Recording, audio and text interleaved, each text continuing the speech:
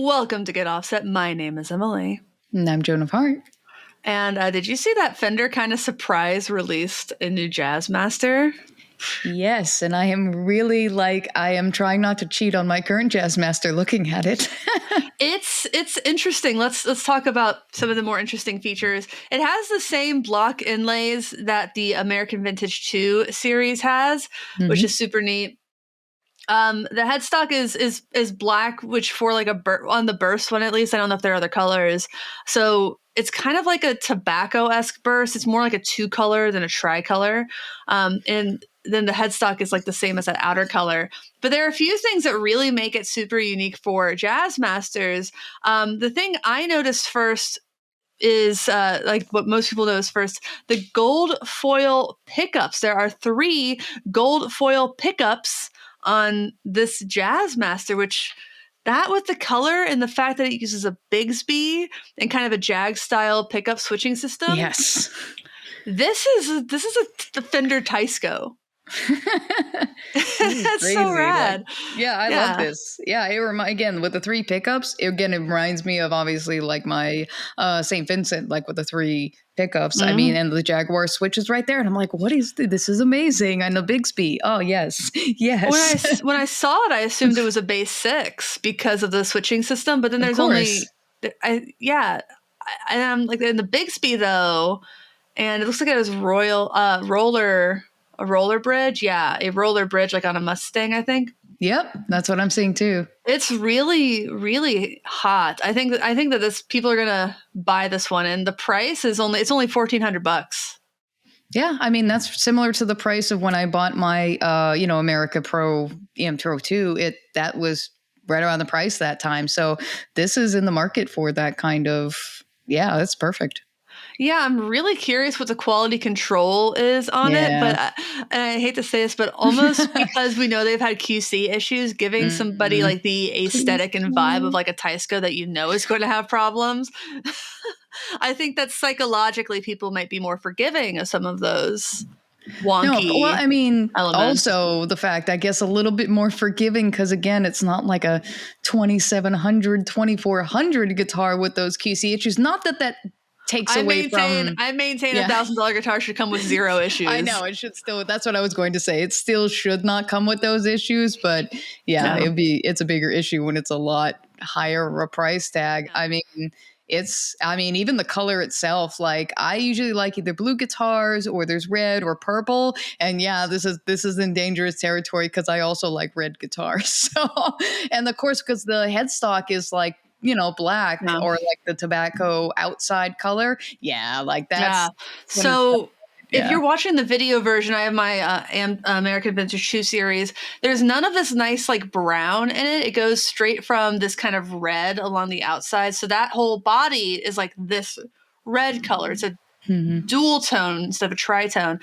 It has the same black around the edge. It's very, very Sears guitar. Very Teisco. It's hot, Oh, no, I love it. I was like, I'm looking at it. I was like, I can already be like, I'm making like painful noises over here because it's so evil. What blows my mind is I was looking for it on the Fender website and I don't see it. Is it only with Sweetwater, like some kind of like exclusive? It doesn't say it's an exclusive to Sweetwater. Oh, the Bigsby. Yeah. Yeah, I just don't see it anywhere. Did someone let the cat out of the bag early? I don't know. I'm not really fussed with it. Let's see. Gold foil. Because normally when you Google gold foil Jazzmaster, you get the pickups. If it's an exclusive, then that's exciting. I'm not seeing the words.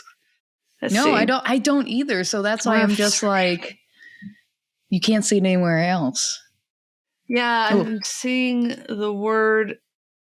Oh, I just searched the word exclusive. I didn't find it anywhere. No. Let's go to shopping on Google.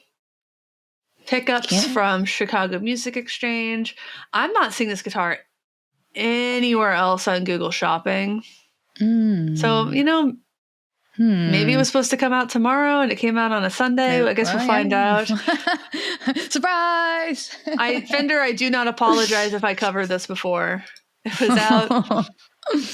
Well, we're excited about it. So again, good things. So it's got a mahogany body, which is unique for Jazzmasters. They're not usually mahogany. They also usually never really have gold foils unless it's an aftermarket thing. And gold foils, they have their fans and they have their detractors. I don't think anybody originally bought gold foils because they sought the sound, but more that was what was in the guitars they could afford. Of course. Which we always talk about this. We talk about this a lot. Just restrictions breeding innovation, and kind of defining sounds. It sounds that way because it had to. Stability enhancing Mustang bridge, Bigsby license B50 vibrato. They say this is a Sweetwater copy. Robust 60s C profile vintage tall frets, a 9-inch radius, boasts a high performance feel your typical Teisco could only dream of. So basically, please stop buying old Sears guitars. Yeah. So, classic low output spark of gold foil, unrefined rock, blah, blah, blah, blah, blah. Yeah. The Gold Foil Jazzmaster's neck to tours from the budget with an ultra high performance feel. I'd be excited to try that. See, this one's, then it says 9-inch radius and it says 9.5. I'm going to guess it's 9.5. Yeah. Just what they make. That's what I'm seeing too, yeah. Yeah. Mustang really style nice. bridge. Yeah. Surfy flutter, but with an increased break angle goes a long way to enhance sustain. See, that's why I love my Jazzmaster with a Bigsby. Yeah. I'm excited for this. I really would like to try one out. I doubt I get one. And I also don't want to buy one particularly unless I can get if I can get a discount. if I can get a discount, I'd probably consider it. I would like to see one in store, at least to try. As far as guitars in general, price range wise, I would like to, but it's just not feasible this year. So at some point, maybe a used one, or who knows? But that really looks nice. That's something I'd be really curious and interested in, because again, for me, since I've finally had an experience with a Bigsby with my Epiphone, I've thought about, man, if I got a Jaguar at some point, or I got another Jazzmaster that was completely different, I probably want to put a Bigsby on it because I like the way the, obviously the vibrato arm is. And now just looking at this, I was like, no one in the universe should be listening to my inner thought and torturing me with making these kind of guitars that are exactly kind of what I was looking for. Yeah, I get that feeling sometimes. I'm gonna see. There's also the one in gold. I think I like the gold, but I would probably the candy apple. Yeah, I would do the gold with a mint guard, because I have a thing for that kind of aesthetic. I don't love the tort on the gold. I like the gold. The gold has a matching headstock, though. I don't love that. Yeah, for me, gold doesn't match my complexion, so I usually stay away from gold things, which I'm okay, I guess, with the pickups. Obviously that is what they are. But yeah, I would probably, even on the red one, the Candy Apple Burst, I would probably at some point change the pick guard to be somewhat of a standout from that. Or maybe I'd keep it, I don't know. Or maybe the witch hats I would change. There's little things that I would personalize, much like I did my own Jazzmaster, but right off the bat, again, if I like the color, that's already a good start. And the headstock is about the same color as the outer paint. I think that's perfect that they're going into that route of having the headstocks kind of match the color of the body in some way. For the burst, I think the tort is fine. I think I would prefer anodized gold wouldn't look good. There would be no contrast between the pickups, which would look bad, I think. Oh yeah, that would. I would do a different tort, the like the material that sunglasses are like Ray-Ban makes glasses out of. I forget what that's called. It's flammable and very hard to find in the United Oh God, States. trying to think. Yeah. Yeah, it's like an acetate or something. I don't know, but there are ways to kind of like fudge it, and people do that with success. Even somewhat maybe of an acrylic that's light from the inside, or a mirror, or just something that is not like the torque but different. So different ideas, or an etched one. There's many ideas. I like a darker tort, I think. And then the gold one, I would do the mint guard, and that's pretty much all I would change about it. Ooh, maybe like a smoked acrylic. I like a smoked, a smoke see-through or a smoke chrome would be nice. I like gold guitars as I hold up mine. I think you have, is that the only one you have? I think you have a few, don't you? That's my only. The only gold one? Only gold one. Okay. Yeah. Yep. I would like another gold Telecaster. The reason I don't want to spend $1,400 on this is because I'm going to have other people make me guitars in the near future.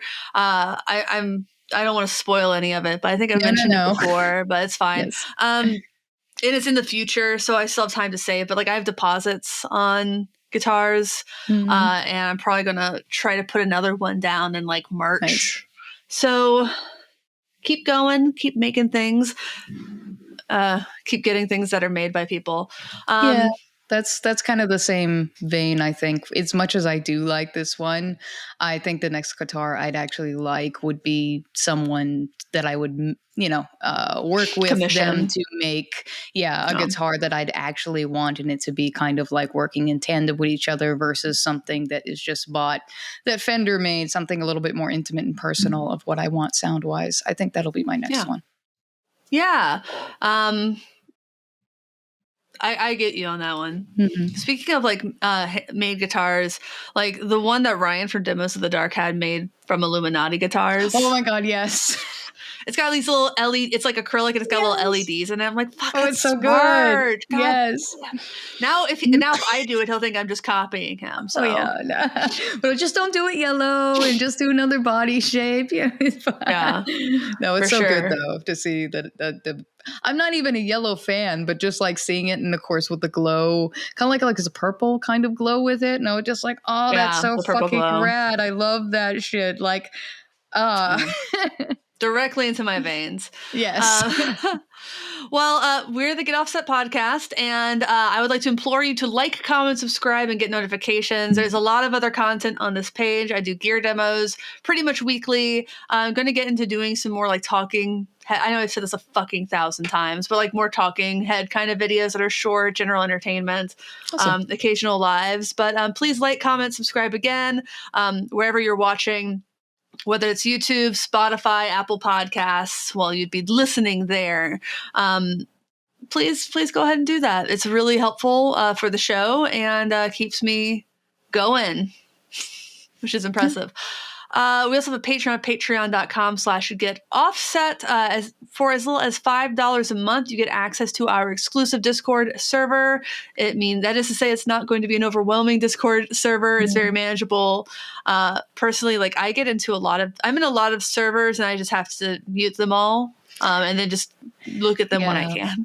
I'm in quite a few too, and even for me right now, with like the way with making demos myself for my channel, Pedal Playhouse, and just also doing content on other social medias too. It's very hard to be as active as I was previously in all of these Discords, and of course, I love everyone that I talk to, but it's so hard to like be present everywhere to the same degree. But I'm in quite a few.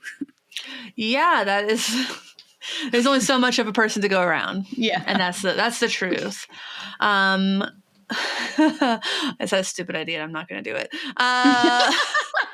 Inner monologue, don't do it. Don't do it. At a $10 level or above, I'll give you my Pokemon Go trainer code and we can be friends, and I'll send you presents. There we go. That's a good one. I should add that. Yeah, tier $10. Pokemon Go. So I had a fun night last night. Mike Adams, aka Pusheen, aka Michael James Adams, invited me to a little birthday celebration up a little bit north of where I am at a brewery, and he brought a little guitar rig, and I was surprised to see it. I thought we were just kind of hanging out. But basically, it was just a Ranger FX minibar pedal, and we were at a brewery. Oh yeah, it's our so we had some. We got kind of. He had like the little like squeezy things. I know the dropper. Yeah, the dropper things. So we That's awesome. Did a whole thing where we had different beers with different APVs. We had water. They had hand sanitizer sitting around, so we did that. They had like a root beer and cider, and we like took everyone. Well, there was a lot of guitarists there, obviously. Took like notes about like tasting / sounding notes. Oh, I love this. It was really, fun, and just like how different things sound. Like hand sanitizer kind of sounded like a Big Muff. Water is just a great bass line. IPAs sound fucking awful. Like they weren't all winners. All winners. Root beer mixed with hand sanitizer sounded really good. Whoa. We did some combinations too.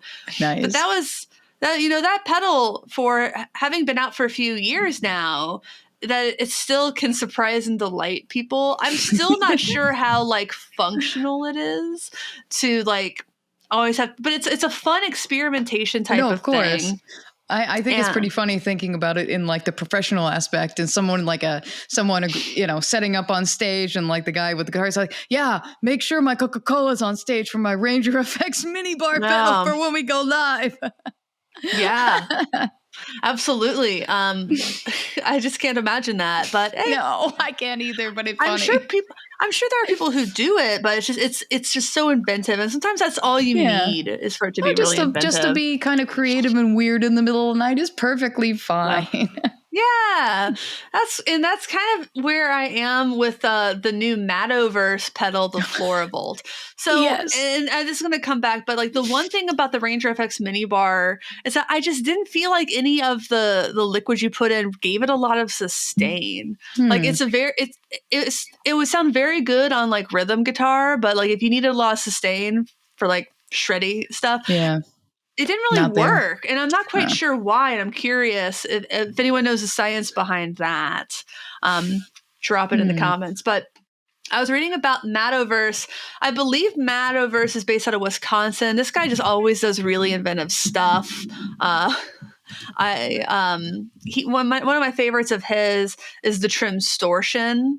It's a tremolo and fuzz pedal, like, which isn't as novel now as it was. It felt more novel then, but I still think it's a great sounding pedal, and I'm a big fan. But this Floravolt is an overdrive that's powered by fruits and vegetables, specifically fruits and vegetables. That's wild. Yeah. So you basically shove a piece of fruit or vegetables into this little like thing, and you play. And there are controls. There are a few controls on the side. Let me see what those are. Yeah, it's a gain knob and a bass roll off, which from the Ranger FX minibar, that was the one thing we really felt was critically lacking with a lot of the liquids, was that there was no high end. It was like all kind of low to low mids, it felt like. Okay. But still thinking about it. Yeah, you see that old banana that you could make banana bread out of? Forget the banana bread. Go put it on an effects pedal for voltage to give you distorted sounds. Yeah, so there are silver and copper pegs, so then it basically goes through and connects. So I guess that makes it like that makes it replace like the clipping diode, I guess, or some sort of diode. When I was how looking the Ranger at it, FX works, at least. When I was reading it, I was wondering if it was kind of tapping into that whole thing with certain distortions when you have certain voltages or batteries, depending on if the battery obviously has a higher voltage or the battery is going bad, then there's a different frequency it gets out of it versus, just being plugged in for a PSU. PSU, yes. He does talk about like there being voltage limitations in, quote, most fruits and vegetables. So that means the volume is going to be, it's never going to be like that loud. So like I think unity gain or just past. Yeah, it's going to be unity or slightly above. I would really love to try this, but I know I'd have to buy it. That's so funny though. Yeah, I'm really curious about it. And obviously this is absolutely not something you would take on stage, because that would be mental. You need to get a new apple every few days. Like your apple's like rotting. Well, I could see Jack White putting that on stage. Like, yeah, we got the oranges. Yeah, it's gonna be a 3-hour gig. Yeah, for this song, an orange. For that song, yeah, I'm gonna need a 5-day-old banana. Thanks. Yeah, I mean, it's definitely it's one of those things that's like definitely fun. Yeah, but obviously not practical. Obviously not practical. Well, and I don't think anyone's really It's only $150, guys. No, I know. But again, when I was reading it myself and thinking about, if you wanted a particular sound, that banana that you got, oh, this sounds great. And then like the next banana or like apple or whatever you put on is a different shape, different density. It's always going to be different. So you're not going to get the same kind of sound. So not predictable. And of course, once that fruit goes bad, like there goes your sound. I wonder about literally about that. Like does the density or age, how does that affect the tone? How does that affect the sound? Yeah. That's what was my question while I was reading it too.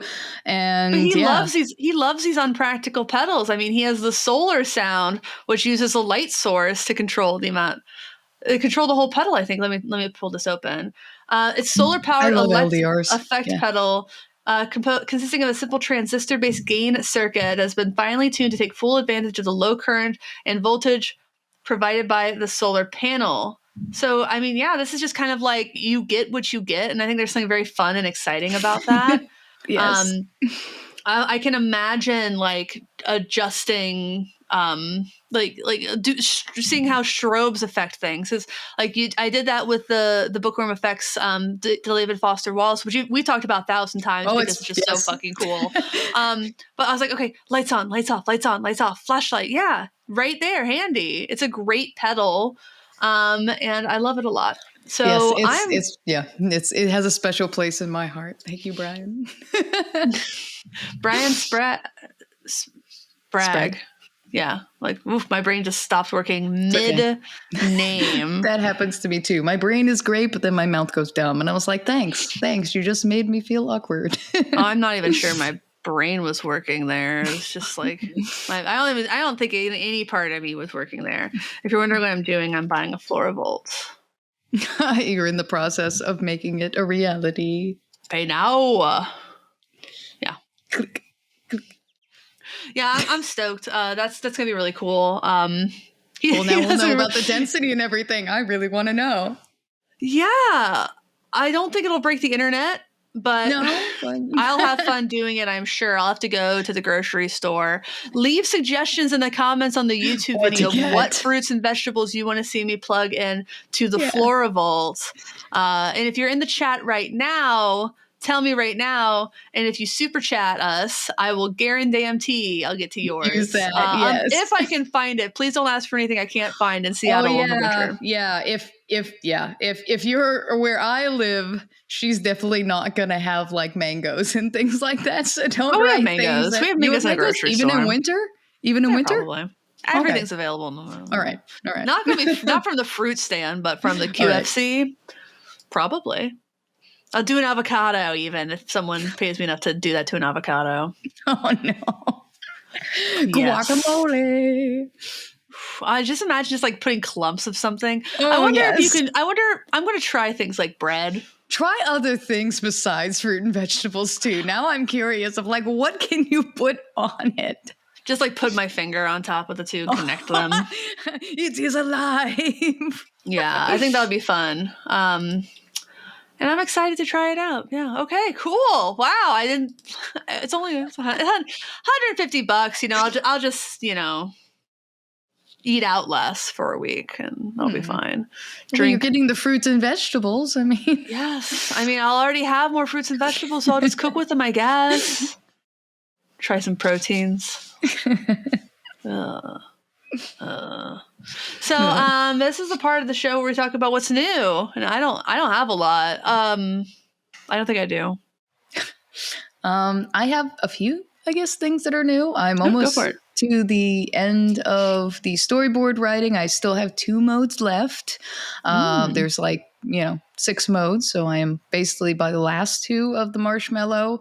I'll probably do another pass just to make sure everything seems coherent and cohesive. And then I will start recording the character's voice, which I'll be excited about because I run that through the pedal this time because it has octaves. So it'll be fun to do the character voice like that. Yeah. And I've also been able to have some fun with some Mask Audio electronic pedals recently. The Parts Garden, which was really great. 2 fuzzes together, blend together. It kind of creates some smooth overdrive. But what I've really loved recently, come on, my boy, come on, you can do it. All right. You gotta take it off the board, eh? Yeah, of course. Yes, of course. Because I say this because it kicked off my 1981 DRV off the board, the reigning champion for many years. The Black Math kicked off that pedal from my board, and it is amazing. It's basically like the New York City era muff that Fran Blanche was had her hand in the design, and I have found that and the Gossa muff that I did with Matt of Blind Panic Devices. He used the cream puff for that, which also is a Fran effects pedal. So I am starting to discover that as far as fuzzes go, I'm really picky, and I'm just like, I guess I like everything Fran does with fuzzes, essentially, I guess. But yeah, Fran's a genius, so it's not surprising. Not surprising at all. And I'm not even trying to like play favorites, but I just noticed that in the last couple of pedals that I fell in love with. Like the Black Math is just incredible. It's really growly. It has great sustain. I mean, and also with the, obviously the switch that flips it down, it can have some breakup. I have loved every amount of time that I've spent with it. So I'll see what I can get into it this month as far as like some stuff on social media, perhaps. But yeah, that pedal has been a lot of fun, and I'm really grateful, obviously, to get some time with it. Good. But yeah, that's so far. Yeah, me and effects pedals as usual. Yeah, I guess if there's anything new with me, it's just that my wrist is getting better. I was playing guitar a little bit today. This morning and stuff. And I guess Friday I did a little bit too. So I'm hoping to get at least a video with like actual guitar playing, but I'm obviously really rusty. So I hope people are kind to my rusty ass playing. Oh, wait, there was something. The Mad Cat, with Jason with the pick guard, that was new. That is new, but it's out of reach. So check out the picture of that on Instagram. Our friend and supporter of the Patreon, Jason, came by. He made a pick guard. We talked about this last summer, and I'm really excited that it came together. So I bought this tenor guitar last summer that I'd had my eyes on locally for a while. It's obviously like a handmade guitar. There are things about it that are really like kind of advanced in terms of, someone did a good job, and some things where you're like, wow, you kind of messed that one up, didn't you? Like they obviously drilled the bridge in the wrong spot, and they didn't even fill the holes, which is kind of funny. There's some glue globbed on the fretboard, but it's like, it's a good little tenor guitar. And I always liked it because, Prince's most famous guitar, like not the Cloud, not the cymbal guitar, but like the one he played in Purple Rain. It's a Hohner take on a Telecaster. I think H.S. Anderson now makes that, but they're like $5,000 if you can find them. It's just a really well-made guitar. But this, it's got kind of like it looks like a flame maple top. It might not be. It doesn't look like, it's really got nice like pattern to it. And then it has like that skunk stripe right down the middle, which is like the Prince guitar. It doesn't have any binding. That would be pretty advanced to do. And it just has one random blade pickup, just kind of like sideways. So it's like an interesting thing. But Jason, he, I guess, got material, like it's like the right kind of tortoise pattern. Acetate, I think, is like what the material typically is. But again, it's very flammable and fragile, and there are like shipping restrictions on it. So it's hard to work with also. But he got something that was similar made for acoustic guitars, and we put it underneath a clear guard that he cut. Cool. So yeah, it turned out perfectly. If I can be completely honest. If you go on socials, you'll see it. She obviously made a video of it, and it looks so good. And again, that's why in the comments, like I said, it was when Jason did my pick guard for my bass, which you'll see in my videos. Anytime I play my bass, that's like Jason's work, that blue pick guard. Because the story on my end goes, I was trying to, when I originally bought my Sterling Stingray short scale bass, there really wasn't, I bought it with the intention of switching out the pick guard later. Because for me, just white, I always have to have some accent, or blue, of course, because I love anything blue.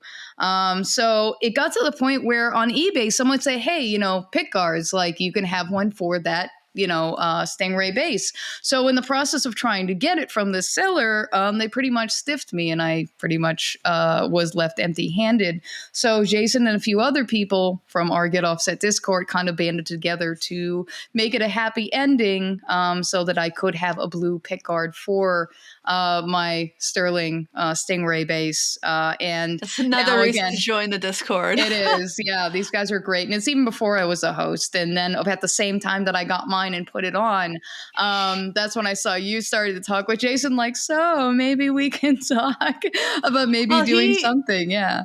He does first great. He made one for my G&L, my Bender guitar, because the original pick guard, it's signed by Brooks and Dunn, and then they like sprayed over it to make the and so just one, I don't give a shit about Brooks and Dunn. Like, no offense to Kix Brooks and Ronnie Dunn. Kix, love your wine, but I just I don't want that. I don't want that. That was what I wanted. So he made a really nice mint one. He's actually going to make a new one for the, you can't see it because it's blocked by the microphone, and it's probably not even on the screen right now, but the Cyclone 2 that I had refinished by a woman named Kat.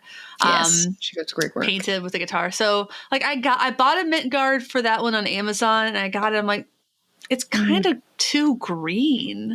It should be a subtler, it looked more subtle. I didn't want just stark white. So I think Jason said if he has enough material, he's going to, make me a new one for that. So I gave him the old guard, and maybe I'll get a new one.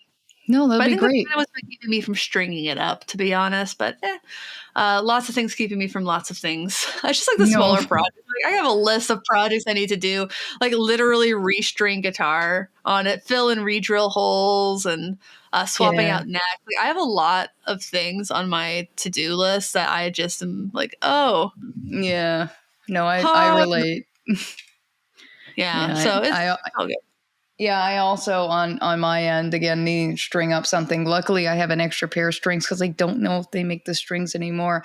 It was one of the baritone ukuleles that I mentioned, which is the Pano Nui, that I thought about afterwards, and I remember that there's a string that's broken because it's been stored for a while. I haven't used it. So in our conversation, I was like, well, maybe I should bring it out again, and I should restring it with the strings that obviously I have an extra pack in there with, and see about just bringing it out and using it again, much like when you started playing the tenor guitar again. I was like, maybe I should restring that and see about using it again. It'd be nice to revisit now where I am now, obviously, with my effects chain and with that instrument. So I think I will at some point this month.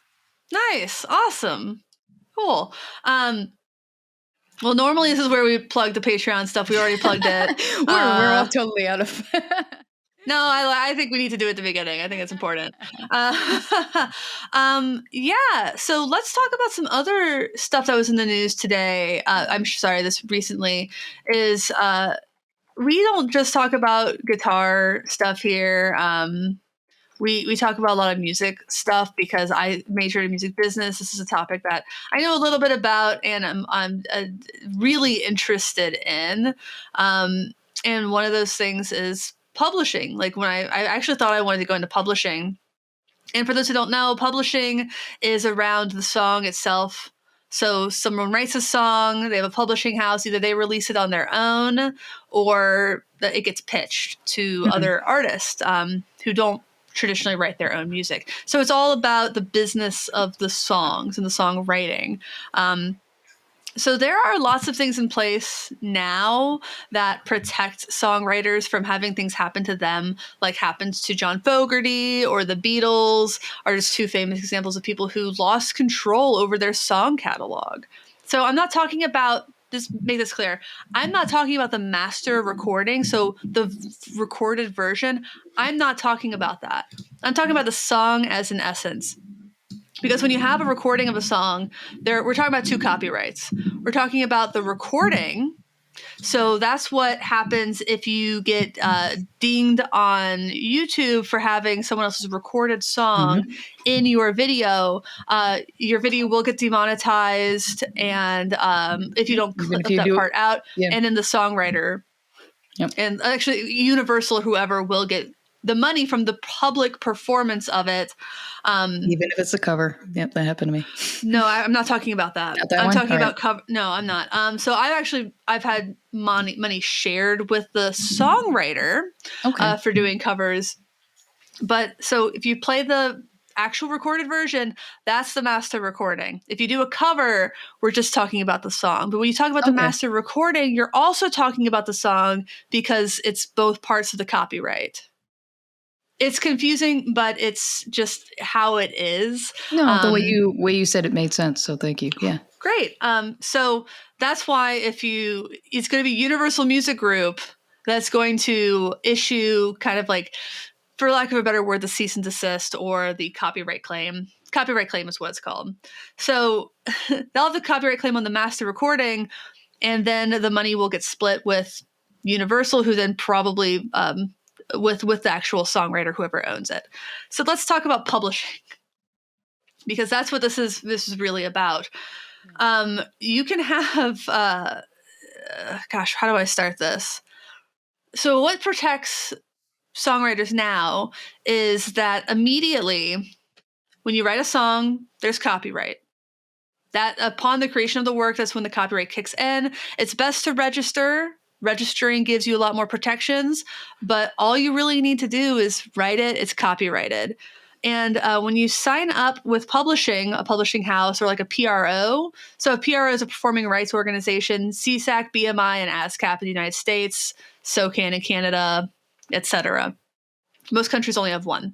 You register with your PRO, and 50% of that song is registered to you as an artist, you as a person, you as your name. And the other 50% is your publishing entity. And if you actually have a publishing house, like I interned at a company called Skyline Music Publishing, the other half would be Skyline. So you'd have the songwriter always owns half of their publishing. The publishing firm owns half by default. And you can do splits differently, but by default, you own half of that, and you need to make sure you keep it forever, because that's how people get screwed, is when that part of their publishing is signed away without their knowledge. It's one thing to sell it, like Bruce Springsteen and Bob Dylan and people are doing with theirs, but the important thing is this is in place to protect songwriters from predatory people in the music business. I don't know how long that's been the case, but that's the case now, and that's what matters. Yeah. So John Fogerty, I don't really know the tenets of his contract, but it sounded like he was entered in this contract with Fantasy Records, and there was some stipulation that the band broke up. Each member of the band had to release music on Fantasy, and for every album, not like every option. So you have a record label deal. God, there's a lot of stuff to explain. You've probably heard of something called an option on a record deal. So you get one guaranteed record and 3 option periods. That option period is optional for the record label. It's not optional for you. So if the record label wants you to release 4 albums total, you have to. You don't have the option to renege on that contract. But the record label has the option to say, oh, no, we don't want that. You're dropped. Or even worse, we're not going to release anything, but we're not going to release you from your contract, which is something that Kesha recently went through, if you want to read up on that. Yes, that's horrible. Yeah. So I guess something with the options in his deal, you can read about this. There are videos on it. Kind of kept him more beholden, kept his songs and publishing more beholden to fantasy for a longer period of time. And he wasn't able to reclaim that. And for the record, I am fully going on the verbiage that he is using. And if he, because you might talk about publishing for songs and the master recording in the same breath, but they're not the same thing. They get interchanged incorrectly a lot. But yeah, it sounds like he didn't own the publishing on them, which is how John Fogerty got sued for sounding too much like himself for an album he released in 1984, I think. That's something else to be sued by yourself for yourself. It's literally one of the funniest things ever to happen. And like, not funny, haha, but like, no, wow, this business sucks. If you ever want, if you ever want to get screwed, go into the music industry. Or if you want an example of just like how predatory and absurd this is, go to the music industry. Yeah. So he gained back his publishing rights, is what Rolling Stone is reporting. So apparently somehow Fantasy owned these for a very long time. And I'm not sure why, but I think it has to do with how the band broke up and how their contract was written. Yeah, I get you. So, yeah. But if you're not familiar with the story, Fantasy sued John Fogerty and his label for releasing a song called, I think it was called Old Man Down the Road, that sounded too much like Run Through the Jungle. And John Fogerty had to go on the stand and he had to explain like, hey, it's the genre similarities. Maybe there are some chord similarities, but like if he's doing swamp rock is like the genre. It's like Bayou swamp rock, yeah. Yeah, it's like suing someone known for bossa novas because then they release another bossa nova. It's like, these are styles of music, and some styles of music are a little bit more, some of them are just kind of like beholden to certain structures, and there's really only so many chords that you can put in a row. Yeah, you can't sue someone for chord progressions. You can, but it's stupid. Yeah, it is. Marvin Gaye's estate. I'll talk about that in a bit too. Marvin Gaye's estate sued. Because I'm just like, what, really? Ed Sheeran. Yeah, you can. But I think it went all the way to Supreme Court, and eventually John Fogerty was found to have not, of course, infringed upon himself. But that was essentially it. I think Fantasy was mad that he had a hit record, and that song specifically may or may not have been about the person who really screwed him out of his music. So it seemed really personal. Yeah, it seemed more like a personal attack than actually being based anywhere. And eventually Fantasy even had to pay $1 million for his lawyer fees, John Fogerty's. But John Fogerty, Fantasy doesn't exist anymore. In like 95-ish, Fantasy was sold to Concord Music Group along with all of its assets. Concord Music Group is a collection of a bunch of labels, including like Rounder Records, obviously Fantasy, and they release some new stuff. But by and large, that group makes money from older music. So he re-signed with Fantasy after it got bought by Concord, and it sounds like part of that stipulation of that deal was that he got to get his publishing back. And I think that's a win-win. Totally. Concord had a little bit more time to like make the money on it, and then he got 50 years fucking later. Yeah, he got, and I think it also says something about has also entered an agreement with Concord to allow the label to reinvigorate his catalog as well. Yeah. Well, copyright law states that U.S. publishing rights would have to revert back to him in the next several years. This is from Rolling Stone. John Fogerty's wife and manager, Julie, figured they would go to Concord with an offer to buy the global rights instead. While the law would allow Fogerty to regain publishing rights in the U.S., it wouldn't apply to any other country. But he's biggest in the U.S. So Concord declined at first, according to Billboard. So Fogerty partnered with Irving Azoff, who helped get the deal over the finish line. So great for Irving. What a great guy, like helping him do that. It's a miracle. I mean, like waiting more than 50 years for something like that. It's so long.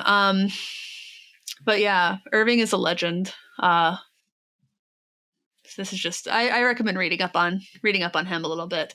But yeah, so John Fogerty has his song rights back. Let's hear it for John. That's awesome. It's a very sad thing to know that other people are making money off of your back forever in perpetuity, and you're not making anything now. Nope. That's the tragic truth of a lot of people. I know Tom Petty made it one of his life causes to teach people about, maintaining their copyright, not selling their publishing or giving it away too early. You have to bet on yourself is the truth. And sometimes people will come to you with deals that say they will only release your music or do something if you give away too much of it. And I think that's the time when you really should understand that they obviously think they're going to make money off of you if you do that. Like they're not just taking a bet. They're not doing this to be nice. They know. They want your rights because they think they can make money off of it. So if somebody else is betting on you like that, just flip the script, bet on yourself. You don't have as much pool as a younger artist, which is why I think more and more artists are kind of at least trying to do it themselves. Yeah. But it's a really cool thing. Like famously, Paul McCartney doesn't own a lot of the rights to Beatles songs. I guess I don't know as much about Tom Petty's endeavors with it, but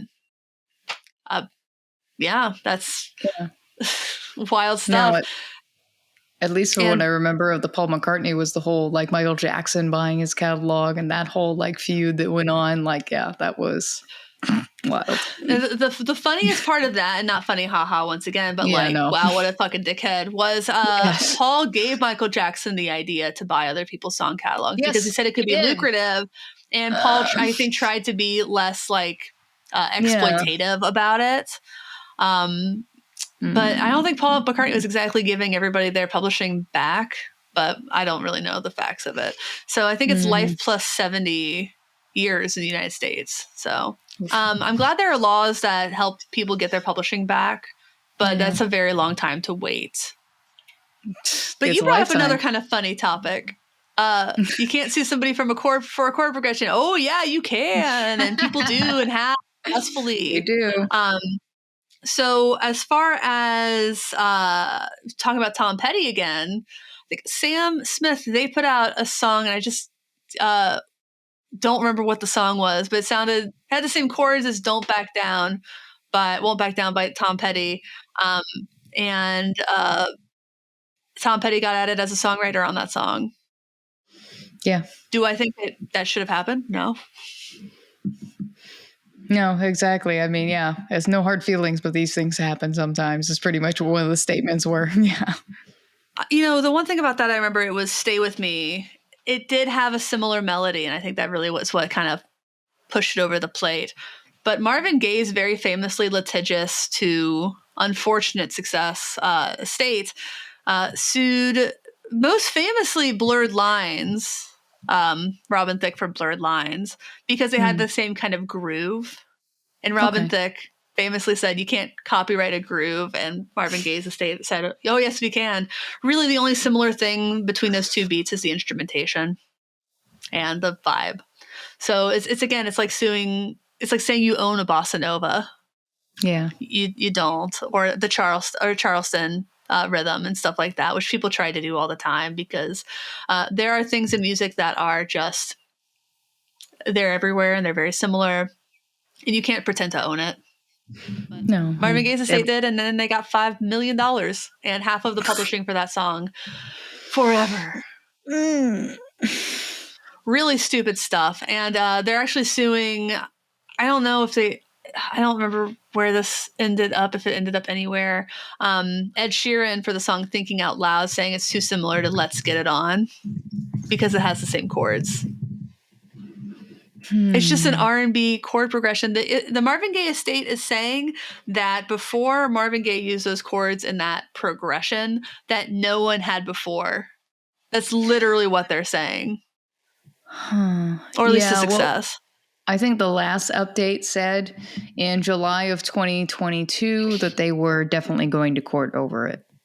Yeah, I hope the Marvin Gaye estate loses, because I think it's absurd to try to say you own the copyright for this chord progression that has, for the record, been used many times before since Marvin Gaye did, but you're not suing all those people, obviously, because there's no money in it. And it's not like a trademark where you have to protect it evenly to protect it at all.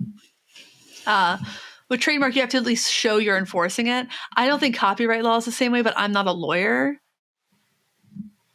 But I guess it has the same chords and a similar BPM. Yeah, well, I mean, it doesn't sound like it's kind of a thing of, Gibson not defending something for 40 years and then deciding to, start suing people over something. Because, again, Jericho. Yeah, so I think that the Gaye estate feels like they won. A case they shouldn't have won. Like, they compared the sheet music for those two songs, and the thing is, the jury just didn't really know what they were looking at or talking about, or the subject matter. And it's happened before. Katy Perry's Dark Horse song got sued for having kind of a similar thing in the background, and initially was found at fault, and then a judge threw out the verdict, essentially, because it just no, it's not the same. But what Ed Sheeran has done that doesn't help him at all is he's played Thinking Out Loud at shows and then gone into Let's Get It On, because they are quite similar. Stupid choice. Bad choice from a legal perspective. At the same time, Elvis Costello will play Allison at shows, and he'll go into Tracks of My Tears, and Smokey Robinson has never threatened to sue Elvis Costello for doing that.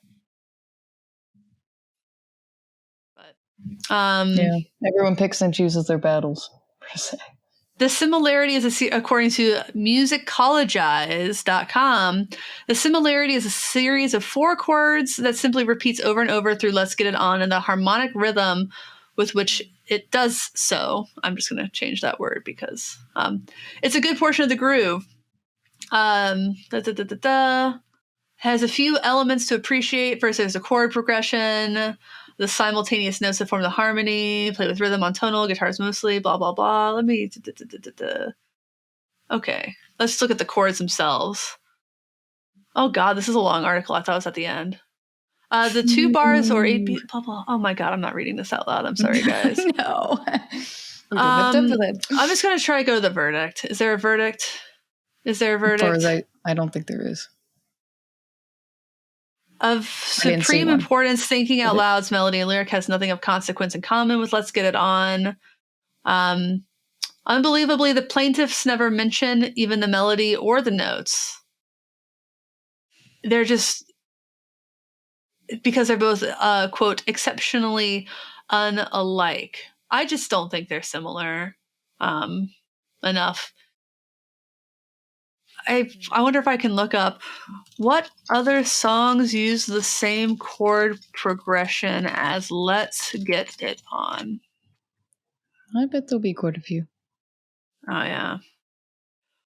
I mean, there are just so many songs that you can look at that have the same chord progression. Nobody owns 1-4-5. You can't. Yeah. You can't. So there we go. I don't know what else to say about that. I will read that article later, probably, but I don't think it has legs, but that doesn't mean I don't think that the Gaye estate's going to win. No, it doesn't really make sense at this point, because there's a lot of people making similar chord progression songs. Doesn't mean it's the same thing. They'll all mostly sound different in some way or another. If the Gaye estate wins this, it is going to be horrible for the recording industry. People are going to be much more afraid to write songs. Yeah. I remember when this first came out, that's what people were saying, that if this was a situation like that, people would be afraid of writing certain chord progressions or in certain styles because threat of being sued. I mean, big fish, little fish, who's going to win, really? Yeah. Yeah. I mean, you get things in your head accidentally, or it's just like a normal progression. You just can't own these things. Imagine if you couldn't use the same chords that are in Wonderwall. Like that's a lot of songs, guys. Yeah. It's just a lot of songs. It's a pain in the ass to go through this over and over, but it makes me glad to not be involved. Yes. Nobody is suing me for the songs that I write for being too similar to other stuff because they haven't heard them. They haven't heard them. No. I mean, influences are most of what music is made based off of. So if you make a riff or make some type of like chord progression, I'm like, hey, that reminds me of so and so. And I was like, oh, I don't even know who that band is, but thank you. Now I'll check them out. Like, you have no idea whether that person just came up with that and just has no idea what the reference is. It just happened. Like, somebody else can have a similar idea on another side of the world. Well, I had to stop playing new music for my husband because he'd always be like, oh, yeah, that sounds just like. Oh, no. Stop it. Don't do that to people who are writing songs unless you think that they're going to get sued because of it. Yeah. Oh, yeah, that's the exact same melody of. That like, reminds me of like, nope. No, My Sweet Lord has the same melody as that other song. I will not tell you that. heard as a Radiohead. Yeah. Nope. It's like, remember when Dua Lipa was getting sued by that like Florida ska reggae band that no one had ever heard of over like God. The exact same thing that they stole from an Outkast song. I'm like, okay. It's a vicious cycle. Yeah. Hat tip to Adam Neely for that one. Yeah, but that's what I've got so far. It was we talked about goofy guitar shit and then publishing. It's a very cohesive episode. Totally. Totally cohesive. You got anything else? Because I am tapped. No, I think we're pretty good for today. Awesome. Well, for everybody out there, thanks for watching / listening. Thanks for understanding. Until next time, my name is Emily. I'm Joan of Heart. Goodbye. Be seeing you.